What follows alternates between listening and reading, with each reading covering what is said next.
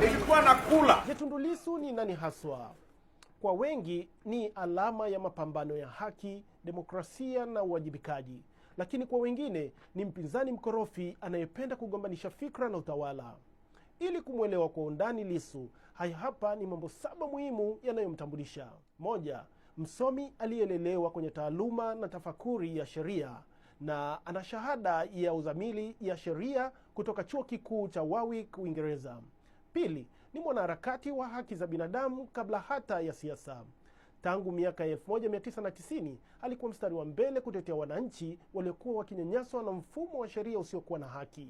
3. Mwalimu wa kujenga hoja, amejijengea heshima kubwa kama mzungumzaji mahiri mwenye uwezo wa kutoa hoja nzito zenye mashiko ya kisheria na kitaalamu. 4. King'ang'anizi na asiyekata tamaa.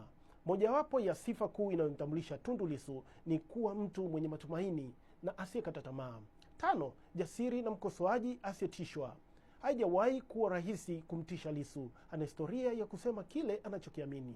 6. Ni mfu anayetembea na risasi mwilini. Mwaka 2017 alishambuliwa kwa risasi 16 nje ya makazi yake mjini Dodoma.